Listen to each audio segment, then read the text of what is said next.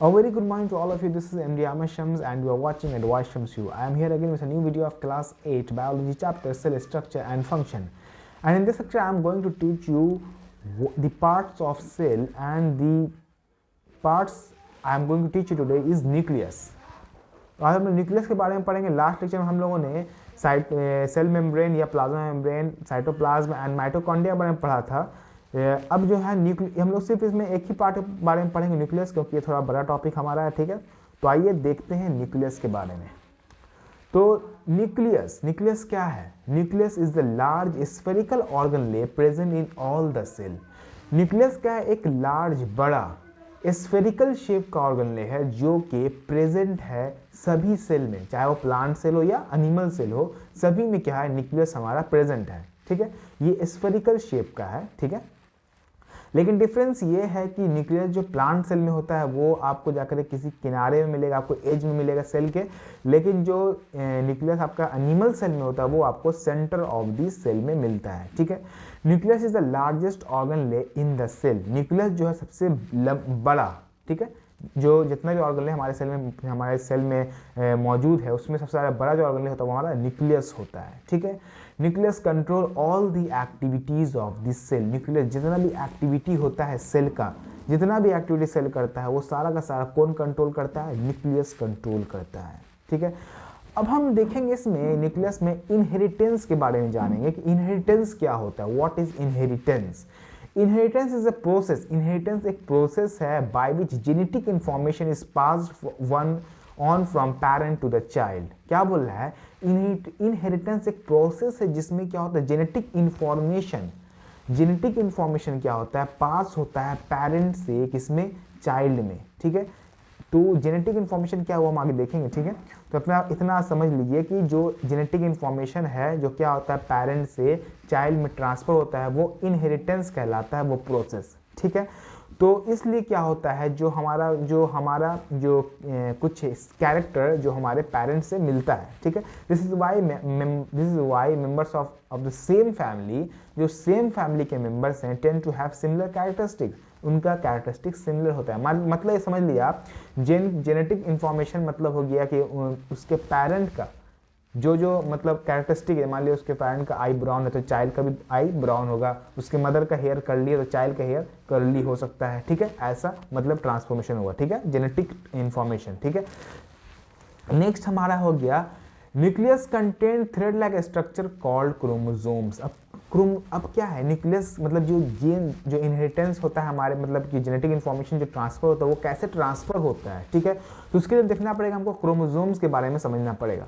तो न्यूक्लियस क्या करता है? क्रोमोसोम उसके अंदर रहता है. न्यूक्लियस के अंदर क्या होता है? क्रोमोसोम रहता है. ठीक है, और क्रोमोसोम क्या करता है? क्रोमोसोम मतलब न्यूक्लियस के अंदर क्रोमोसोम है और क्रोमोसोम के अंदर जीन है जिसको यूनिट ऑफ इनहेरिटेंस कहते हैं. यूनिट ऑफ इनहेरिटेंस क्या है? जीन है, जो कि कहाँ रहता है? क्रोमोसोम के अंदर रहता है. अब क्रोमोसोम इस जीन से मतलब कैसे मतलब ये जीन जो है वो कैसे मतलब ट्रांसफर होता है?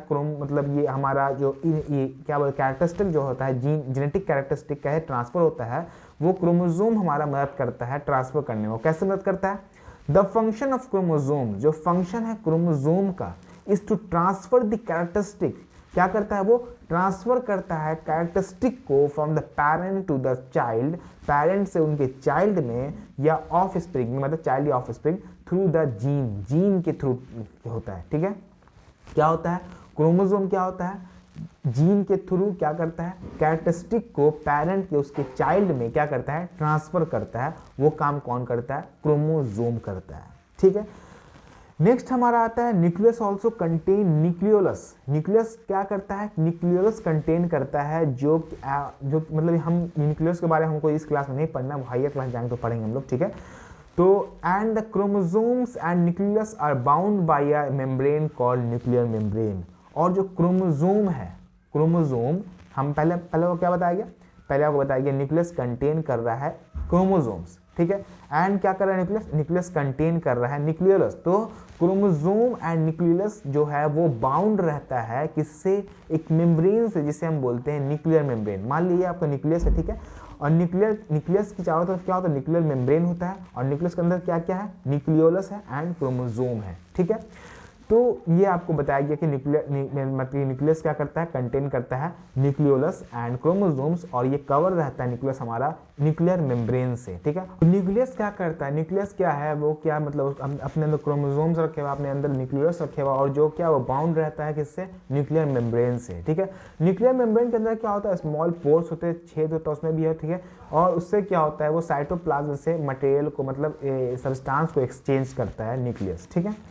लेकिन अगर आपसे पूछा जाए कोई ऐसा सेल है जिसके पास न्यूक्लियस ही ना हो, जैसा को बताया कि जितना भी फंक्शन जो है, जितना भी एक्टिविटी जो है, वो जो मेन काम करता है सेल का वो न्यूक्लियस करता है, तो कोई ऐसा सेल हो सकता है जिसमें न्यूक्लियस ही ना हो।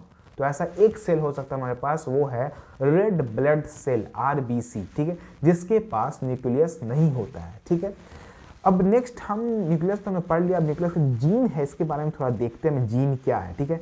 Gene is the unit of inheritance in the living organism. Gene क्या है, यूनिट ऑफ इनहेरिटेंस है जो कि लिविंग ऑर्गेनिज्म में पाया जाता है, ठीक है। जीन क्या करता है, कंट्रोल करता है हेरिडिटरी कैरेक्टरिस्टिक को अ पेरेंट से चाइल्ड में जाने में, उसे क्या करता है, वो कंट्रोल करता है, ठीक है। तो मतलब ऐसा कब होता है, रिप्रोडक्शन के टाइम ये होता है, ठीक है। जब क्या होता है, जीन जो है मतलब क्या मतलब ये हमारा जो हेरिडिटरी कैरेक्टर है वो क्या होता है, रिप्रोडक्शन के टाइम क्या होता है, ट्रांसफर होता है किससे, पेरेंट से चाइल्ड में, ठीक है। तो it is a gene. Gene क्या करता है, इनहेरिटेटेड। जीन जो है इनहेरिटेड होता है, मतलब रिसीव होता है। जीन क्या है, जीन इनहेरिटेड, मतलब रिसीव होना, ठीक है। जीन रिसीव होता है हमारे पेरेंट्स से, which are responsible for our various body features, जो कि हमारे बहुत सारे बॉडी फीचर्स के लिए रिस्पॉन्सिबल है। कौन रिस्पॉन्सिबल है, जीन रिस्पॉन्सिबल है, ठीक है। जैसे हमारा स्किन कलर हो गया, हमारा आई का कलर हो गया, हमारा हेयर का हो गया, हमारा हेयर का मतलब स्टाइल हो गया, तो शेप ऑफ नोज हो गया, इट और बहुत चीज़ हो सकता है, ठीक है। जैसे मान लिया अगर किसी एक पेरेंट का आई ब्राउन है तो उसके चाइल्ड का भी आई ब्राउन हो सकता है, ठीक है। अगर किसी पेरेंट मान लिया अगर फादर का आई ब्राउन है तो हो सकता है कि उस चाइल्ड का आई ब्राउन रहे। अगर मदर का हेयर करली है तो हो सकता है उसके भी मतलब पेरेंट का चाइल्ड का क्या हेयर करली हो, ठीक है। मतलब ऐसा हो सकता है, ठीक है। कुछ ना कुछ मतलब के कैरेक्टरिस्टिक जो है वो मिल जाता है। इसी से क्या होता है, जो पेरेंट जो होते हैं और उनका चाइल्ड जो होता है वो लगभग सिमिलर दिखता है, ठीक है। मतलब उसका मतलब अगर देखा जाए तो उसमें पहचान ले जाता है आदमी, हाँ इनका चाइल्ड मतलब इसी का चाइल्ड है, क्योंकि उसका शक्ल मिलता है, उसका आई मिलता है, उसका शेप ऑफ नोज या करली हेयर, ये सब मिलता है, ठीक है। तो जीन क्या है, एक यूनिट ऑफ इनहेरिटेंस है जो कि रिस्पॉन्सिबल है, क्या मतलब जो कि रिस्पॉन्सिबल है पेरेंट में, मतलब कि हम चाइल्ड के बहुत से बॉडी फीचर्स के लिए, ठीक है। तो हम यहाँ पे समझ रहे हैं क्या जीन क्या करता है, ट्रांसफ़र होता है, ठीक है, पेरेंट से चाइल्ड में, ठीक है। तो ये आपको बस इतना अभी तो देख लीजिए, क्लास में आपको जो हाई क्लास जाइएगा उसको इसके बारे में और ज़्यादा पढ़िएगा। तो हमारा आज का वीडियो हमारा यहीं तक खेलता है, जिसमें हमने देखा न्यूक्लियस के बारे में, ठीक है। तो नेक्स्ट वीडियो हम लोग देखेंगे और भी हमारा बचा हुआ कुछ पार्ट्स है, ठीक है, सेल का। तो नेक्स्ट वीडियो हम लोग वो सब देखेंगे। तो अगर आपको वीडियो पसंद आए तो वीडियो को लाइक कीजिए, चैनल को सब्सक्राइब कीजिए and wait for next video. Thank you for watching, good bye.